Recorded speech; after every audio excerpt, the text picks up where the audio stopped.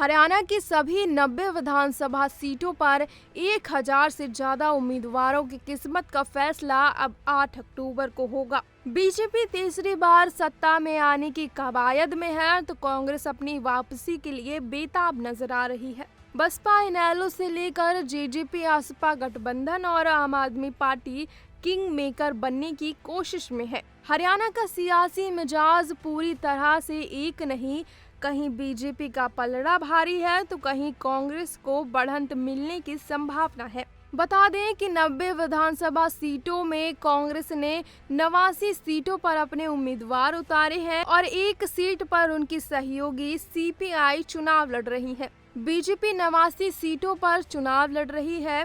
Hisar seat से party की उम्मीदवार ने अपना नामांकन वापस ले लिया था और गोपाल कांडा को समर्थन दे दिया था। जेजेपी और आजाद समाज पार्टी का गठबंधन है जिसके तहत 66 सीटों पर जेजेपी के उम्मीदवार हैं तो 12 सीट पर आजाद समाज के कैंडिडेट चुनाव लड़ रहे हैं।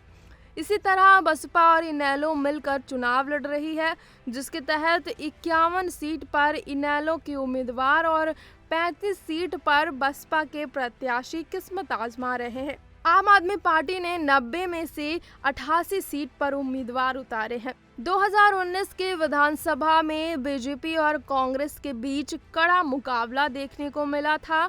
90 विधानसभा सीटों में से बीजेपी ने 40, कांग्रेस ने 31, जेजेपी ने 10 और निर्दलीय 7 विधायक चुने गए थे।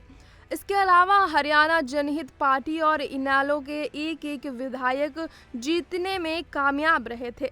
कांग्रेस ने जीटी वैलेड और जाटलैंड इलाके में जीत दर्ज की है तो बीजेपी दक्षिण हरियाणा और पश्चिम हरियाणा की बदौलत दूसरी बार सत्ता पर काबिज होने में कामयाब रही थी। दुष्यंत चौटाला की जेजेपी ने बीजेपी को 10 विधायकों का महत्वपूर्ण समर्थन देकर सरकार बनाने में मदद की थी। हरियाणा की 90 में से 32 सीटों पर 2019 में मुकाबला काफ़ी टाइट रहा था।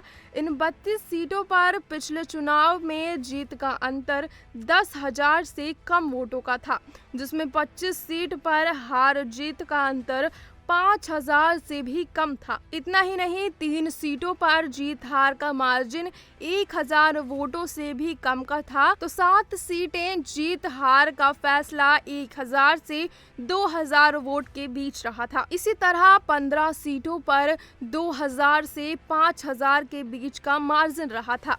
क्लोज फाइट वाली 25 सीटों में से 12 सीटें कांग्रेस और 9 सीटें बीजेपी ने जीती थी जबकि 4 सीटें अन्य के खाते में गई थी। इस बार के विधानसभा चुनाव में जिस तरह से कांग्रेस और बीजेपी के साथ छोटे दल बड़े धमाका करने की उम्मीद में उतरे हैं, इतना ही नहीं कई निर्दलीय भी मैदान में हैं जिससे वोटों के बिखराव की संभावना बन गई है। ऐसे में कई सीटों पर निर्दलीय और छोटे दल बीजेपी और कांग्रेस का खेल बिगाड़ सकते हैं। सिरसा विधानसभा सीट जहां सबसे कम 602 वोटों का अंतर रहा था, हरियाणा लोक हित पार्टी के गोपाल कांडा ने जीत हासिल की थी और बीजेपी तीसरे तो कांग्रेस चौथे स्थान पर रही। आम आदमी पार्टी को जीत के अंतर से ज्यादा वोट मिले थे। इस बार आम आदमी पार्टी ने हरियाणा में काफी मशक्कत की है तो बसपा इनेलो ने भी पूरी ताकत लगा दी है।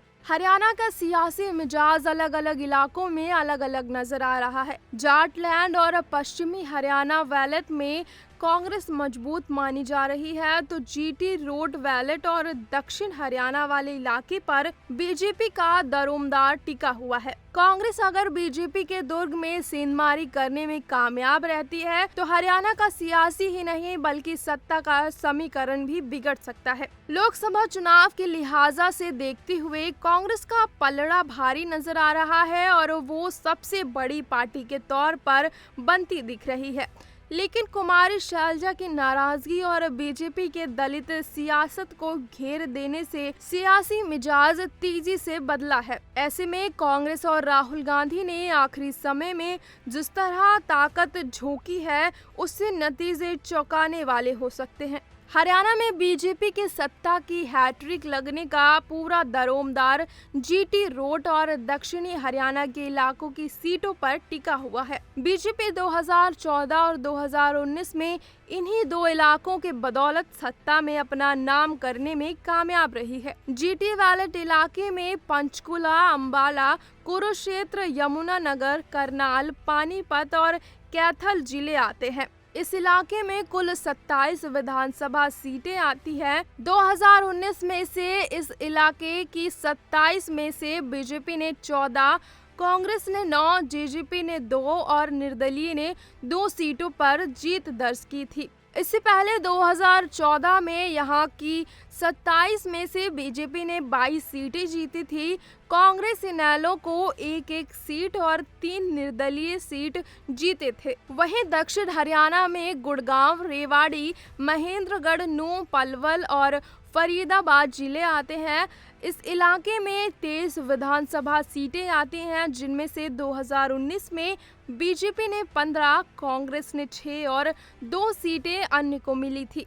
2014 के चुनाव में 14 सीटें बीजेपी को मिली थी तो कांग्रेस को 4 सीटें आई थी। 4 सीटें इनेलो और 1 सीट निर्दलीय ने जीती थी। इसके अलावा बीजेपी को जाटलैंड में से 7 और पश्चिम हरियाणा में सिर्फ 4 सीटें मिली थी।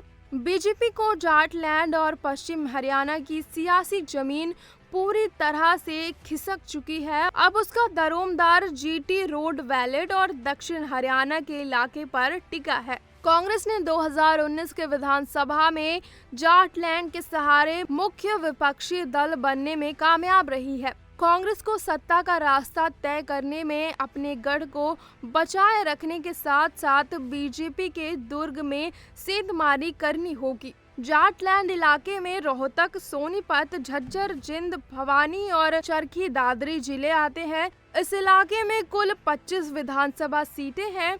2019 में इनमें बीजेपी ने 7, कांग्रेस ने 12, जेजेपी ने 7 और निर्दलीय ने 2 सीटों पर जीत दर्ज की थी। 2014 में इन इलाकों में बीजेपी ने 8, कांग्रेस ने 11, इनेलो ने 5 और 1 सीट पर निर्दलीय ने जीत दर्ज की थी। पश्चिम हरियाणा में हिसार, सिरसा, फतेहाबाद जिले की सीट आती हैं। इस इलाके में कुल 15 विधानसभा सीटें हैं। 2019 में इनमें बीजेपी ने 4, कांग्रेस ने 3 और जेजेपी ने 5 सीटें जीती थी। इसके अलावा इनेलो को 1 सीट मिली है और 1 सीट पर गोपाल कांडा ने जीत दर्ज की है। 2014 के चुनाव में बीजेपी ने 3, इनेलो ने 8 सीटें और कांग्रेस इस इलाके में खाता भी नहीं खोल सकी थी। इस बार जेजेपी की स्थिति पिछले चुनाव की तरह नहीं, जबकि इनेलो ने बसपा के साथ गठबंधन करके अपनी खोई हुई सियासत जमीन को पाने की कोशिश की है। कांग्रेस इस इलाके में अपनी सियासी जड़ें जमाने की काफी हद तक लोकसभा चुनाव में कामयाब रही है, जिसके चलते चुनावी नतीजे चौंकाने वाले हो सकते हैं। बीजेपी सत्ता की हैट्रिक तभी लग सकती है जब जीटी रोड, वैलेट और दक्षिण हरियाणा पर अपनी पकड़ बनाए रखती है। कांग्रेस अपने 10 साल का सियासी वनवास खत्म करने में तभी कामयाब होगी जब बीजेपी के वोट बैंक में सेंधमारी करने में सफल रहती है। कांग्रेस की स्थिति जाटलैंड और पश्चिम हरियाणा इलाके की सीटों पर मजबूत दिख रही है, क्योंकि जाट और दलित दोनों की ही वोटों का झुकाव कांग्रेस की तरफ है। जेजेपी और इनेलो पहले की तरह मजबूत न होने से जाट समुदाय का झुकाव कांग्रेस की तरफ दिख रहा है, लेकिन सिर्फ इतने से सत्ता नहीं मिलने वाली। इसलिए राहुल गांधी से लेकर प्रियंका गांधी तक ने सबसे ज्यादा फोकस जीटी रोड, वैलेट में किया है, तो बीजेपी ने भी अपने गढ़ को बचाए रखने के लिए कोई कोर कसर नहीं छोड़ी है। कांग्रेस की कोशिश दक्षिण हरियाणा के मेवात इलाके की सीटों पर अपनी पकड़ बनाए रखते हुए अहिरवाला, वैलेट और गुर्जर बहुल इलाके में सेंधमारी करके सत्ता का सिंहासन अपने नाम करना चाहती है। बीजेपी भी अपने दक्षिण के दुर्ग को बचाए रखने की कवायद में है, जिसके लिए केंद्र मंत्री राव इंद्रजीत को पूरी तरह से फ्री हैंड दे रखा है।